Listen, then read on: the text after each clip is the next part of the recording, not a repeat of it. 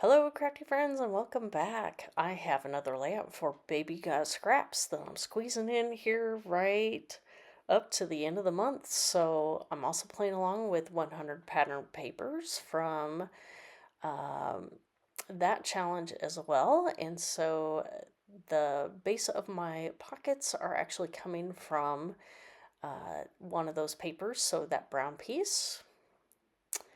And I have, this is a companion page for some of the fall pictures that I documented the other day. That these were pictures taken of Cody when he was with his dad, and then a few. This one at the bottom, Hope was actually with them as well.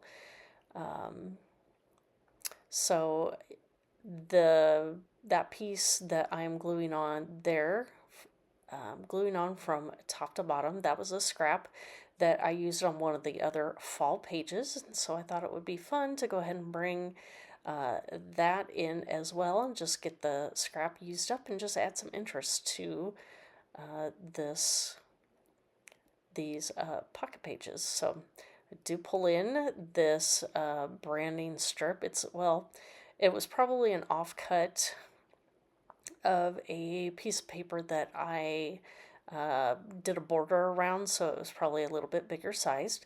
And so it's more than the 1/4 inch that you usually see. So just cut that, and then here I'm going to add in this one. Actually probably is a border strip, so those are always good to get used because I obviously have a lot of them. I'm still playing along with another hop that actually uses that the concept of the hop is to actually use your border strips. So here lately I have actually been reaching for them more often. So yeah, stay tuned. Maybe you'll get to see me use more of them more often. So here, just trimming down my photo and just figuring out what my design is going to be on each pocket. And just getting myself a little bit more room so you can actually see each of those strips from the top and the bottom around each of the photos. And let's see, what else do I pull in? Oh, so then I decide, okay, I'm going to go ahead and tear that again, but obviously it didn't want to cooperate and gave me too much of the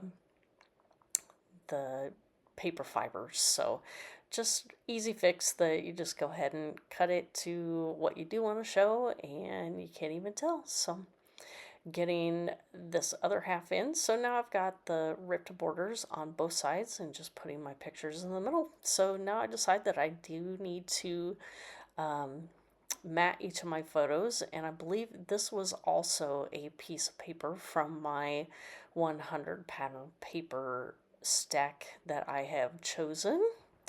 So while I didn't use a lot of it, that now that paper will go into my stash and will get used eventually because it's $49 a market. It's a very usable color, and yep, you'll see it again someday. So all right, now my photos are matted, and so now I'm going to start auditioning embellishments here. So here you can see that I've gone through my ephemera folders, pulled out anything that was fall related.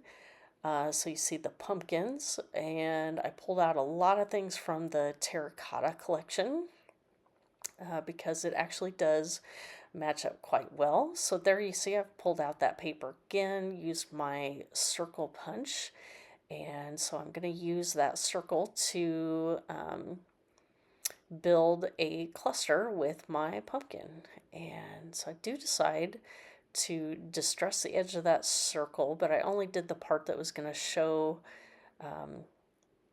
outside of what was underneath the photo. So I didn't add any more dimension there. Although, you know, here I'm going to add dimension with a little bit of foam tape underneath, I believe, each of the pumpkins. That's the only thing that I pop up here. So get that on, and then I think I add in some florals here. and just adding some layering pieces here to the side of this particular photo. Get this piece here, and oh, this one I actually decide to pop up the photo and not the embellishments with it. So get this popped up here, and then here you're going to see I'm going to Frankenstein this tag. So I put it on this middle pocket. And then when I match it up to the pocket down below, it looks like it should have actually gone all the way down between the two photos. So I get that part matched up, and then let's see, what do I do with the...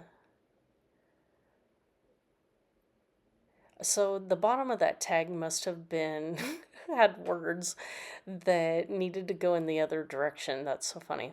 Okay. So here is where I match up the rest of the tag. And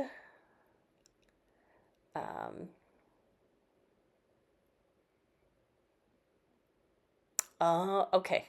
So I cut off the top where the hole was, and then I layer it underneath the pumpkin so it looks like it's a double tag sitting there. However, I get the bottom tag or pocket done, and then I realize that it looks funny that that tag isn't continuing down to the next pocket. So you will see me kind of pull things up, Frankenstein things together, and made it look more, what do I want to say, like continuous from the top pocket down to the very bottom pocket. So here you can see that I did put some dimensional pop dots underneath those florals, and looks like I'm also going to add it to the pumpkin here. And I get this down, and this is, oh, that's going on the other side, and okay, that was actually the top pocket. So here is where I've noticed that I want to cover up that table leg next to my daughter. So I put that ticket there.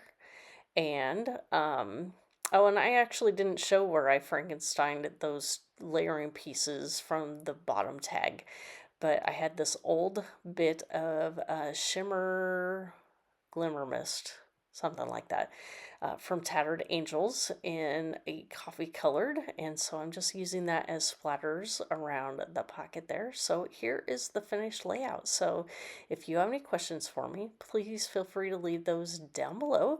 I will have links to the playlist and the Facebook group for the 100 pattern paper challenge, as well as my links to my social media. So thanks for stopping by.